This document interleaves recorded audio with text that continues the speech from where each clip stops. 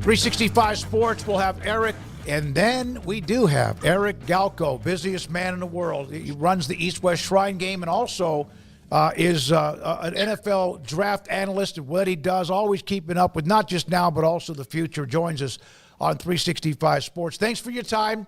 So we were in Frisco, and the Big 12 had their pro days, and one of the things that jumped out is, I don't know, did you hear about Oklahoma State cornerback Corey Black running like a 4.31? He's got some lineage. His brother plays at UT, but when it's the pro days, does a 40 mean as much then as it if you were at the combine? Absolutely. And I think for, one of the interesting parts of the draft process is that there's always pros and cons to every aspect of it. And sometimes not being at the combine, but testing well at a pro day in mid-March, every NFL executive gets what's called an APT report at the end of the week showing who tested in pro days that week. And sometimes the GM, you're kind of flipping through your notes on a Friday afternoon being like, who the heck is this guy that ran a 4.31? And sometimes those pro day standout guys that weren't combine guys actually get a bigger bump in the draft process too. I know a year ago, or a couple of years ago now, Kobe Turner of Wake Forest was a guy that played in the Shrine Bowl, wasn't a combine guy, to a little bit of surprise, but tested near Aaron Donald level at the Wake Forest Pro Day. He ended up having 20, 25 NFL team visits, went to be a third-round pick despite not being a combine guy. So certainly NFL GMs get a benefit of kind of learning some guys that maybe weren't at the combine that test well in the pro day circuit. It can really help those guys. What was the biggest buzz that you heard coming out of that combine? I think certainly Shedeur Sanders and being there and being present in the media was certainly the big, notable from the media standpoint too.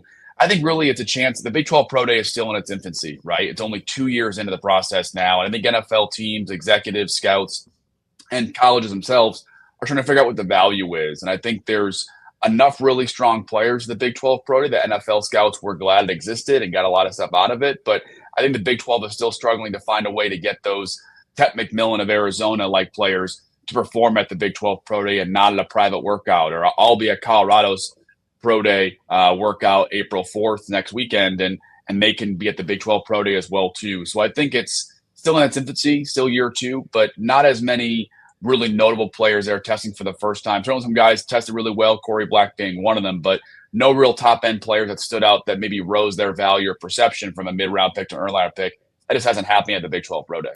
Eric, as you said, it's in its infancy and lacking that star power. So what do you think of the idea on the surface?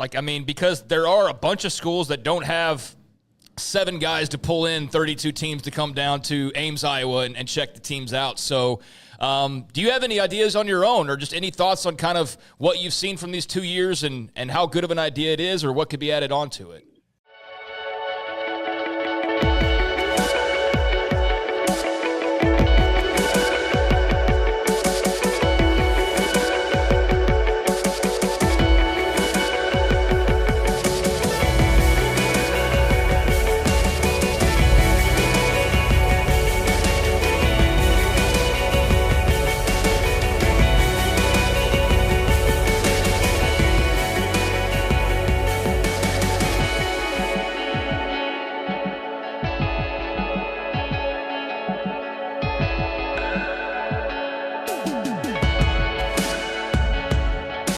Hey, as a guy who runs an event in the draft process, I got plenty of ideas, man. I've told the NFL League office of Big 12, some of them as well. I think the big one is they've got to make it worthwhile for players. We see it at the Shrine Bowl and all All-Star games.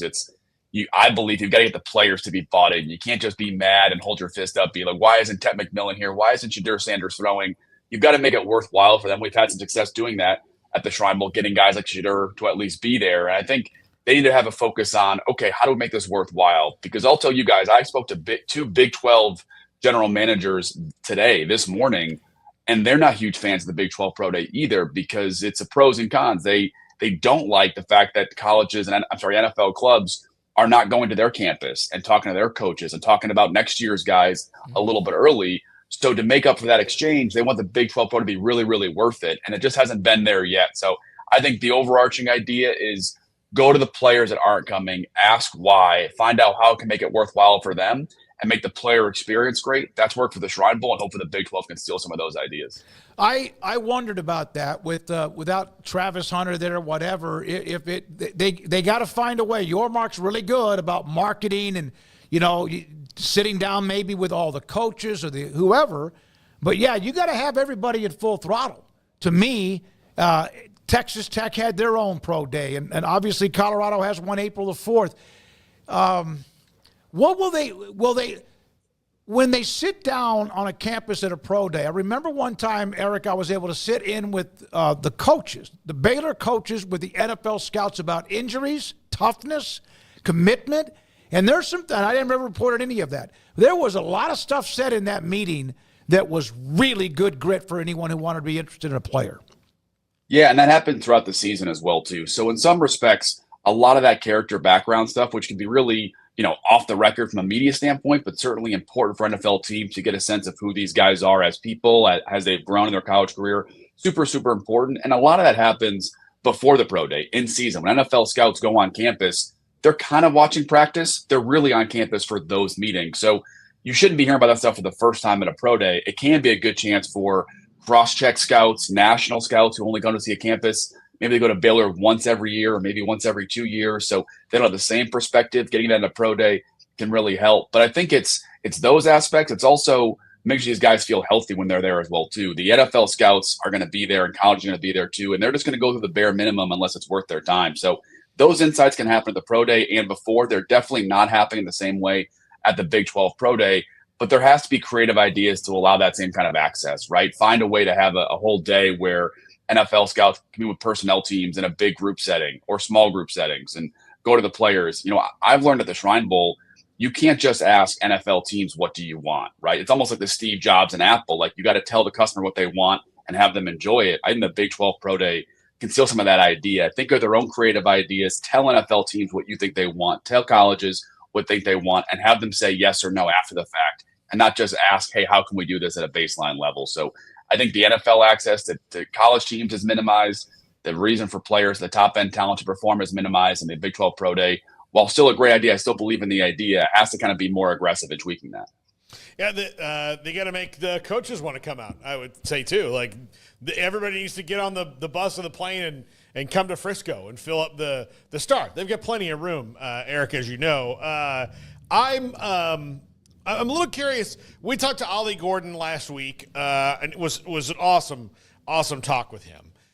He was a Heisman finalist. I mean, he had all this, and then Oklahoma State fell apart.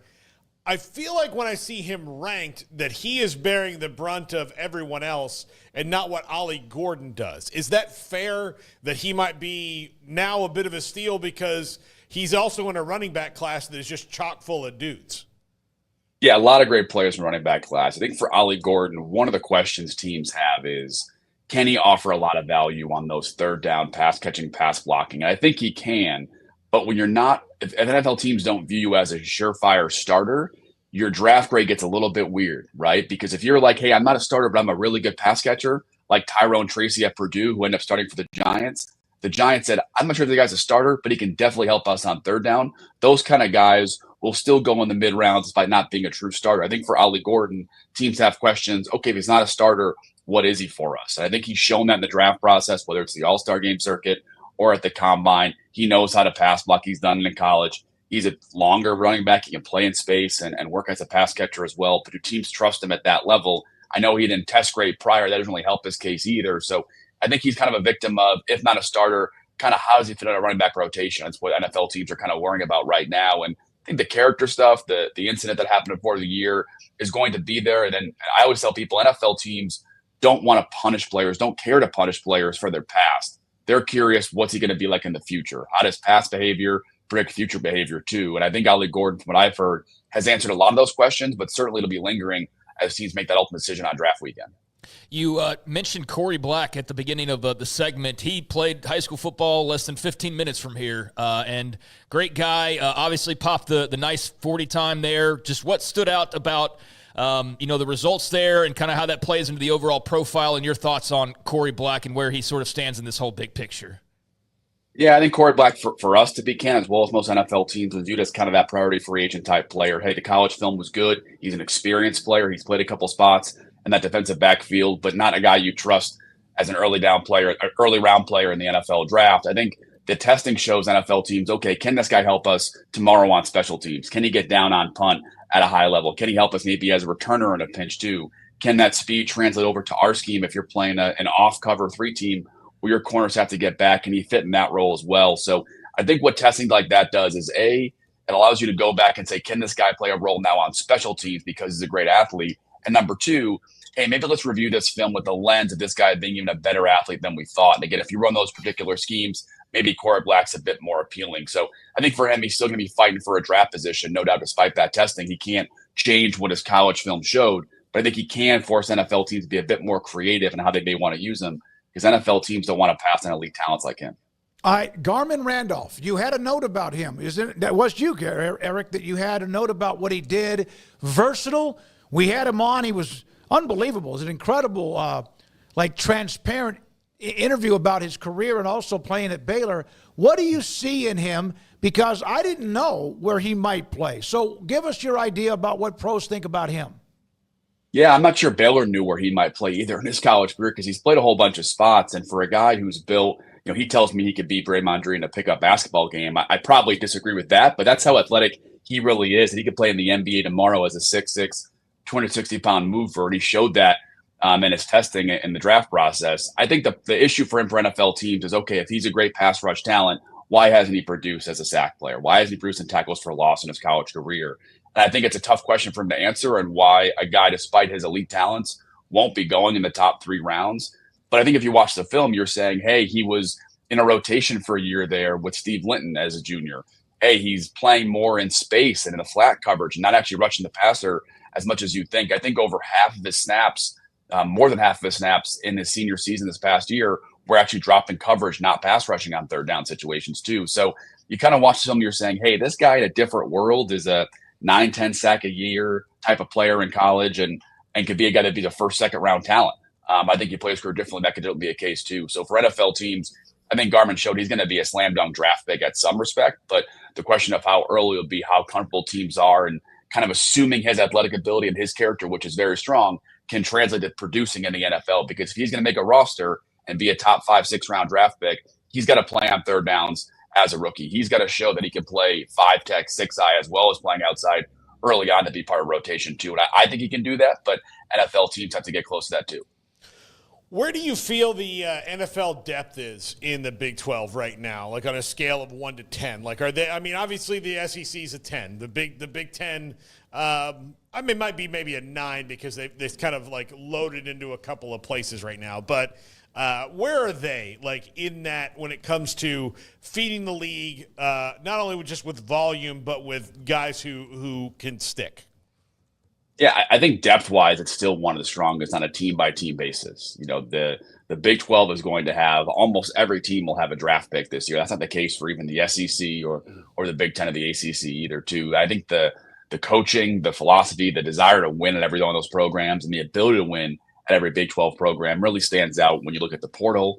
Even schools like Texas Tech, who had a strong year, they had maybe the best portal class of any team in the country, right? So I think the Big 12 can have this rotating group of top-tier talent. And all those teams at the bottom this year feel like they're on the way up. Arizona had a great portal season as well. Colorado is not going to go anywhere either with their new additions. So I still think in terms of depth on a team-by-team basis, it's among the strongest too. And I think the success these Big 12 teams are having, of all having different identities and alluring different transfers from the FCS level or the G5 level, or kind of bounce back guys from different programs at the Power 5 level, it's showing up every week. And as we're scouting for even next year's draft class, you can kind of see, hey, Arizona's got a lot of guys. Hey, Colorado is not going to be devoid of talent. Iowa State, just met with them earlier this morning too. They've got 5-6 players who'll be draft picks again next year. Maybe no Jaden Higgins or Jalen Knoll, but a lot of guys as well. So I think certainly with the Big 12 in terms of team-by-team basis, it's probably more consistent, a higher standard deviation, or I guess a lower standard deviation than the SEC or Big 10. But I think seeing those top-tier teams, the teams that finish the 10-2, 11-1, and those guys having 7, 8, 9 draft picks compared to the Bamas and the Texas of the world, that'll be the final straw for the Big 12 to be at that 8 or 9 level. So I'd say 7 or 8, which I think is pretty high, but they're not far away from being a 9-10 type conference. So Colorado will have their pro day. We definitely won't talk to you again before then. So where do your eyes go at pro day for Colorado? Is it all about Shedeur doing something in particular? Is it other guys that maybe don't get talked about as much? What's on the plate for you, so to speak, when it comes to the Buffaloes? Yeah, I think like most people, I'll be watching Kevin Stefanski, Andrew Berry, Joe Shane, Brian Daboll with the Browns and Giants, and where are they at in relation to Deion Sanders and Shador Sanders first and foremost. But I think one of the cool things about Shador having this workout is that Will Shepard, Jimmy Horn, LeJontay Wester, all three receivers, along with Travis Hunter, are going to work out as well. And I talk to players a lot and agents about the idea that, hey, there's kind of this gravitational pull when you have a top player, especially a quarterback like Shador Sanders, because every NFL GM is going to watch every snap of Shador Sanders this draft cycle, which means they're going to see every snap of Will Shepard, LeJontay Wester, and Jimmy Horn. So all of these Colorado players, especially on offense, and then with Travis Hunter on defense, are going to get so many eyeballs, not just from this workout, but as teams review the film. And every year I hear it, hey, I was watching so-and-so player. I couldn't believe how good this guy was. And let's draft this guy in the later rounds. BYU with Zach Wilson a couple years ago was a great example. Trevor Lawrence and Clemson, a great example. Other receivers on those offenses got drafted because NFL GMs and decision makers saw that film. So I think it's a real, when Cam Ward mentioned the other day that he did his Miami Pro Day and worked out there because he wanted to give receivers his extra light, and same thing for Shador Sanders, it really does have an impact. So I'll be watching Jimmy Horn, Will Shepard, LeJontay Wester for sure, guys that played in the Shrine Bowl. Cameron Silman Craig, who's a scout favorite, who's a really hardworking guy, came from Jackson State with Shador and Deion, and really had a great college career there as well, too, among other Colorado players, and seeing how they're doing as well. And then no doubt I'll be talking to Deion and his staff about the 2026 class because they're going to have 5, 6, 7 draft picks again next year. Eric, do you know of any NFL team that does not like Shador Sanders for any reason? Team-wise, no. I think as people got to know him, he is a very disarmingly honest guy. Mm-hmm. And I think there are some people that would say, hey, I don't want to coach him. I personally think a lot of those I don't want to coach him comes from a fear of not understanding who he is and how to work with him. But I don't think any NFL team that I've ever spoken with said, I don't like his character. I don't like who he is as a person. I don't like his attitude toward things. That's just not what you get from talking to Shador Sanders. I can respect that some coaches may say, hey, the way he plays won't fit us. I can say some coaches deep down saying, hey, the way I coach may not work for him in the same way. But again, I don't want to speak for every NFL team in terms every NFL scout or coach or personnel person. But I can tell you that every NFL team would like to have Shador Sanders in their building in some respects. They may value him differently, but he is not off boards. He is not a major character guy. He is much more of a scheme and a cultural fit than anything else. Would it shock you at this point if the Titans don't take Cam Ward? Yes. If you had asked me at the East-West Shrine Bowl and talking with teams there, and Cam Ward was only training about 30 minutes away in Fort Worth during the Shrine Bowl was going on, I would have told you then Cam Ward's going first overall, and I think Shador Sanders will be the second or third pick in the draft to some team, and that really hasn't changed. Cam Ward's a special person, player. I've got a chance to know him the last 3 years from Washington State to Miami and talking with his family and Calvin and Patrice's parents, who are great role models for him and great inspirations for him too. He's a pretty special guy, and it'd be hard for me. You told me a year ago I decided taking Cam Ward in the top 4 or 5 of last year's draft too. I think NFL teams in hindsight would say the same thing. So the Tennessee Titans are very lucky to pick him first overall and have a chance at Cam Ward. And I think he can change the identity of the team differently than Shador Sanders, but have the same kind of impact as a person on and off the field. Eric, do you want to know how to get inside the Sanders bubble? Tell Shiloh, you can lie to him, that you have video of Deion running the 40. Have you seen this clip of him questioning Deion's 4.2 because there's no video, and then Deion goes into Picasso, and that he didn't have to practice to learn how to paint? Have you seen that? I have. I love it because and Shiloh's right. There's no video. There's no video. There's no Wilt 100-point game. There's no Deion Sanders video. I'm with Shiloh on this one. Actually, Shiloh told us last week. He's like, I know about Jesus. I got more documentation on Jesus. That was his thing. Yeah, he wants it bad. Now, there's no video of that, and there's also no video of Bo Jackson, right? Those are the two most legendary 40s, right? Yeah. But there's no video of them. It's just. Well, I mean, like it might be true, but it's lore to a lot of people. I think the one that people wouldn't believe nowadays is Calvin Johnson when he was at the NFL Combine. I guess it was 2011 maybe. And he wasn't going to run the 40. He really hadn't trained too much for it. Kind of subbed about 3 weeks before, and he didn't have shoes with him. And he borrowed a teammate's shoes to run the 40. And that 6'4", 220 ran a 4.2 something, 4.3 something. I mean, that's where without video, and you could Google that and find that video too. But without video, that'd be the same kind of lore as Deion Sanders and Bo Jackson and Will Chamberlain too. It's crazy. Yeah, what was he, 6'5", 230, 225, 230, Calvin Johnson? Just a freak show. Man, it's getting close. We're almost in April. We got a little bit, 4 or 5 days left in April. Eric, in the NFL draft rooms, or when the teams are surfing the country, they're going to pro days, they got all these, bringing guys in. Where are they with their draft board, and when do they start to place and piece that together? It's a great question. And teams really have kind of 3 windows when they have me as a whole staff, scouts and coaches, to kind of start building their quote unquote draft board. There's right after the season, before kind of the All-Star games, that first, second week of January, all NFL teams will meet. Most NFL teams require their scouts put their grades in around December, either 15th or the 31st in that window. And then they'll meet as a staff in early January. And then they'll meet again after the All-Star games, just before the combine. And those meetings are kind of really to be, okay, where are we at right now? Let's get a good sense of where we like these players, how they're graded, get the coaches involved to watch these guys. And a lot of teams focus a lot on that piece of it because you don't want the combine or pro days to affect things too much. So they want to really get a good feel of what their board is, how they grade these players. Again, a lot of times before talking to them outside of the All-Star game, we get into who these guys are as players before the NFL combine. And then most teams will wait. We'll wait until about the first or second week of April to start meeting again for about a week or two to really finalize their board. So a lot has changed in terms of data with the combine, pro days, meetings, 30 visits, all that stuff between kind of early to mid-February and mid-April. But hopefully not too many grades have changed, right? That means your scouts did a great job early on. You're not being too impacted by certain 40 times they're testing, and maybe only the character background stuff can really move some things. So I think for NFL teams, a perfect process is you leave the season with questions to ask for the All-Star game. You go before the combine, have a good sense of who these guys are as players. Testing changes some things. Character rules guys out or rules guys in. And then hope by the second week, third week of April, teams are done. They're talking about strategy, trades in the draft, undrafted free agent plans, et cetera, too. So the next time teams will meet will be probably a week or two after, maybe the week after the Colorado Pro Day, April 4th. They'll meet that following week, the next week or two for most NFL teams. And then teams will say by April 15th, 16th, hey, scouts, you're done for the year. Look at next year's guys you want to. We'll call you if you need something.